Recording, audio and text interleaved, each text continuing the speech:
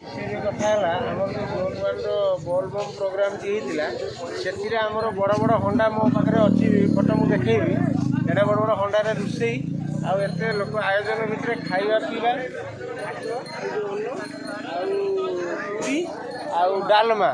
आउ सब माने रोषे जो करते माने मु तो जानी पूजारी रोषे करती किंतु आम महासंघर भी आम पूजारी भाई मैंने माने ड्राइवर गाड़ी चलवा संगे संगे रोषे भी जानते मैंने केटे बड़ हंडार से केते जनकर आयोजन 1000 जनकर आयोजन बोधे